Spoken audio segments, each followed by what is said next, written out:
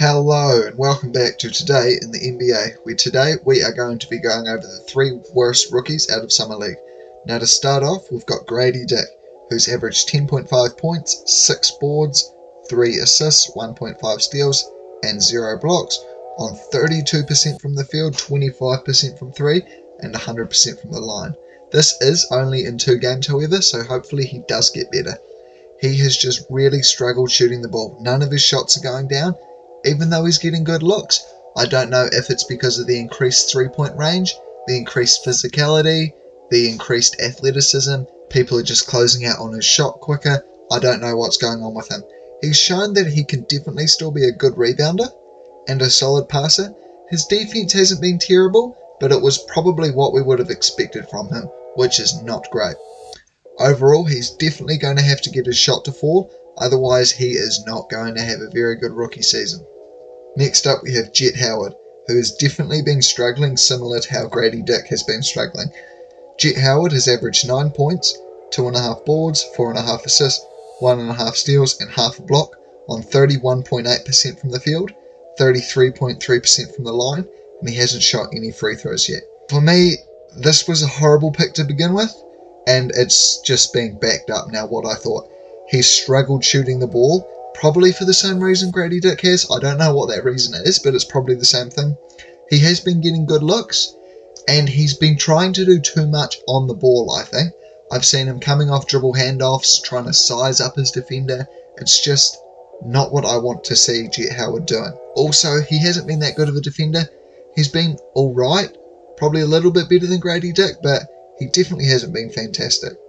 The surprising part about his game has been his passing. He's actually looked pretty good passing the ball, because the scouting report for him will say that he's a shooter. So he'll come off those dribble handoffs or those screens, maybe the screener will roll to the basket, and his defender's closing out on him hard.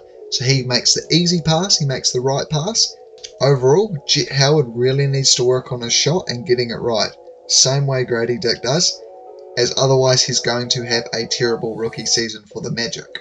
And finally, we have Brandon Miller, who in 4 games this season has averaged 12.5 points, 7 boards, 3.75 assists, 1.5 steals, and 0.5 blocks on 33.3% from the field, 26.9% from 3, and 68.8% from the line, while also averaging 5.5 fouls per game, which is insane. Brandon Miller has just struggled. I don't know what it is, but he sort of looks like how Jabari Smith did to start off his regular season last year. Hopefully Brandon Miller can pull it all together, otherwise he's definitely going to have a rookie season similar to what Jabari had last year. Maybe even worse though, as he's not really the same defender.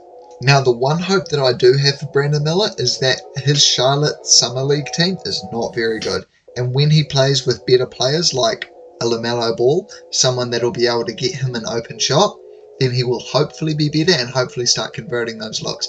As off the dribble, he has not looked good, and he has definitely shown some of the worries with his finishing. He hasn't been a great finisher, and if he can't knock down his shots, then he's just not a great offensive player. Defensively, he's been alright. Solid shot blocker, solid perimeter defender, solid interior defender, but he's not great by any means. Now his rebounding has also been very good, managing to get even an 11 rebound game, but still, being a good rebounder is not going to cut it at the NBA. Now the big worry with him is his 5.5 fouls per game. On defense, I don't know what it is, but he is just fouling all the time. If there wasn't a 10 foul limit instead of 6 fouls in Summer League, then this man would have been ejected from almost half his games, I would say. Actually, I've got his numbers here. He has had a game with 4 fouls, 2 games with 5 fouls, and in his first game, I think, he had 8 fouls, which is insane.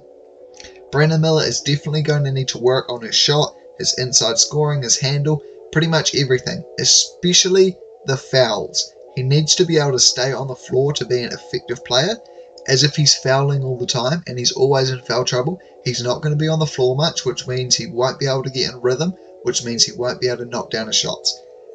I'm not too worried for Brandon Miller. As I said before, better players around him will hopefully make him better, but still. Anyway, that does it for today's video. If you disagree with anything that I have to say, let me know down in the comments. Thank you all for watching, and I'll see you all in the next one.